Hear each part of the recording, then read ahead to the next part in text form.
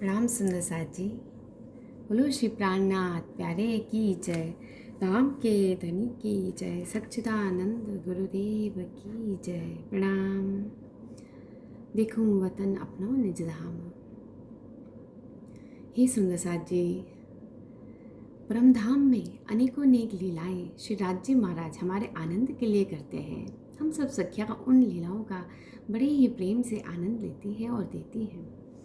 कभी हिंडोलों में झूलने की लीला का आनंद, तो कभी रेती में कूदने का आनंद, तो कभी झिल्ला का आनंद, तो कभी नृत्य का आनंद। तो चलिए सुंदर साथ जी, आज हम सभी श्री राज श्यामा जी के साथ में नृत्य का आनंद लेने के लिए रंग महल की चौथी भूम में चलते हैं। तो आइए सुंदर साथ जी, रंग भवन में चौथी भूम जो है वहाँ पर निरत की हवेली आती है। श्री राज्य महाराज शुक्ल पक्ष में तो वनों के अंदर निरत का आनंद लेते हैं और कृष्ण पक्ष में 15 दिन जब घर रहे तब देखे दुल्हा निरत। तो 15 दिन कृष्ण पक्ष के रंग महल के चौथी भूम में नृत्य की हवेली में आनंद लेते हैं। तो आइए सुंदर साथ जी देखते हैं ये नृत्य की हवेली कहाँ पर स्थित है। तो चलिए चलते हैं चौथी भूम में। ये सुंदर साथ जी रंग महल की चौथी भूम, बाकी सारी जोगवाई सभी नीचे की भूमों की तरह से है, बस इसमें जो विशेषता है वो हम यहाँ पर दिखाएंगे। सुंदर साथ जी, सबसे पहले तो ये मंदिरों की पहली हार, फिर ये खम्भों की दूसरी हार, फिर उसके बाद में मंदिरों की वापस दूसरी हार, फिर खम्भों की हार, खम्भों की 2 हारें, और फिर इसके सामने ये जो 28 स्तंभ का चौक है, इसके सामने जो 4 चौरस हवेलियां आती है, उनमें से ये जो चौथी चौरस हवेली है, ये हवेली नृत्य की हवेली कहलाती है। तो नृत्य की हवेली में आइए हम सब प्रवेश करते हैं।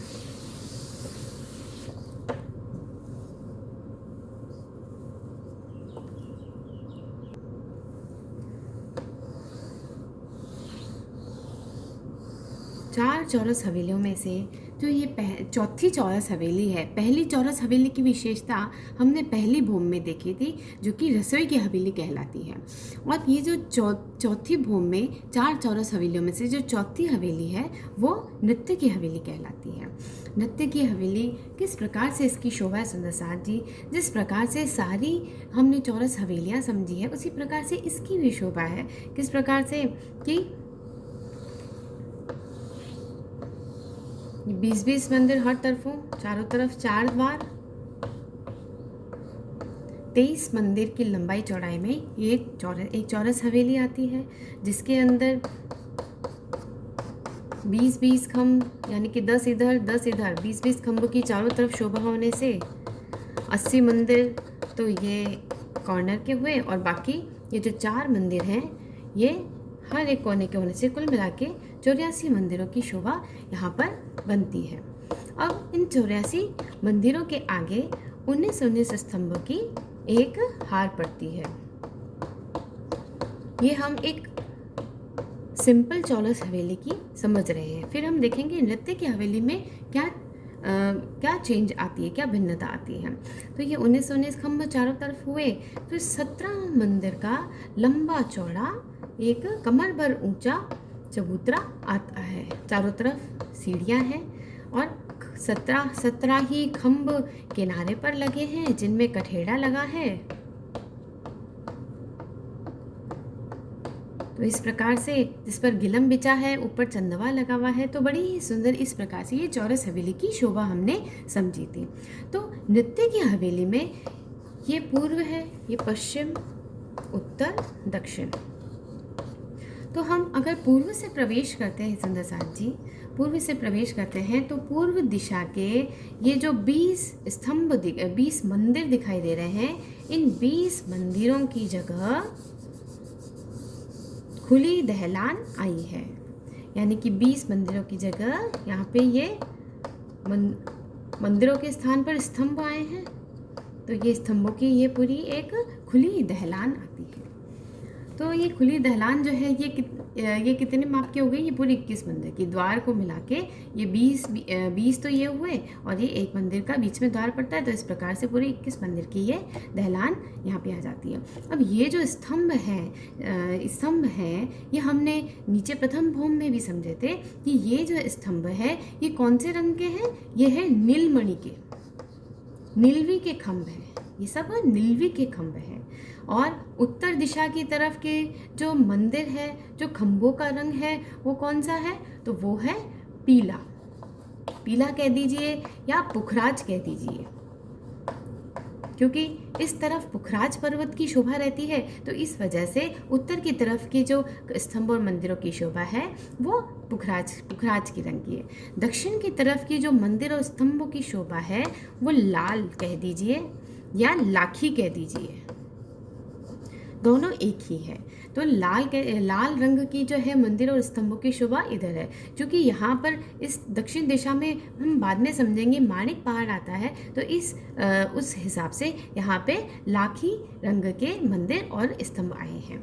पश्चिम दिशा के जो मंदिर आए हैं और स्तंभ आए हैं वे हैं श्वेत रंग के, श्वेत रंग के सुंदर साजी। और श्वेत रंग के जो है इसमें अनेकों मणि माणिक, मतलब कुल मिला के ये रंग बिरंगा है, अनेकों प्रकार के मणि माणिक जड़े हुए हैं अलग अलग रंगों के। तो इस प्रकार से श्वेत में सारी ही शोभा आ जाती है। तो इस प्रकार से ये नृत्य की हवेली है सुंदर साज जी। और यहाँ पे जो गिलम बिछा हुआ है इसमें बीचों बीच में श्री राज शर्मा जी का सिंहासन लगा है। श्री राज शर्मा जी पूर्व मुख करके यहाँ पे विराजे हैं, पूर्व मुख करके यहाँ पे विराजे हैं। और यहाँ पे नवरंग भाई अपने 300 सखियों के जत्थ के साथ में बड़ी ही सुंदर नृत्य का आनंद सभी को देती है। सखियों के जुट के साथ में नृत्य करती है। तो हम जब नृत्य गाते हैं तो नृत्य में हम ये भी गाते हैं कि नृत्य मतलब जो यहाँ पे नृत्य होता है वो नृत्य केवल चौथी भौम में, केवल नृत्य की हवेली में नहीं होता है, वो पूरे परम धाम को रोशन कर देता है। वो पूरे परम धाम में उस नृत्य की गूंज सुनाई देती है। सब जगह नृत्य का दर्शन होता है।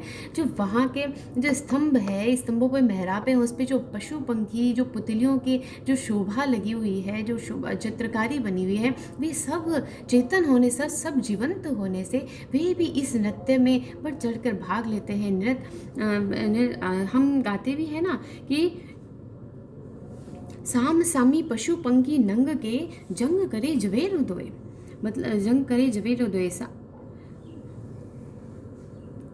तो देखो चित्रामन धाम की करत निरत सबन, मतलब हर एक चित्र, हर एक पुतली, हर एक नंग जो है उसमें नृत्य होता है, और नृत्य का जो है वो पूरा परम धाम आनंद लेता है।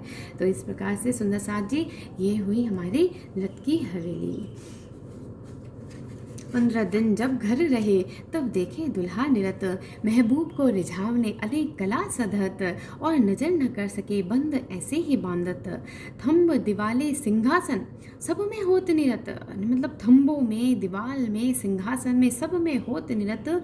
इन समय पशु पंखी चित्रामन के सब ठौरों के करत। इस प्रकार से बड़ी ही सुंदर ये चौथी भौम नृत्य, हम वो भी गाते ना, ये चौथी भौम नृत्य की है, सुख आनंद और मस्ती की है, जहाँ नवरंग बाई है, जहाँ नवरंग बाई नाचे हैं, उनकी छम छम पायल बाजे हैं। इस प्रकार सुंदर साज जी ये हमारे नृत्य की हवेली।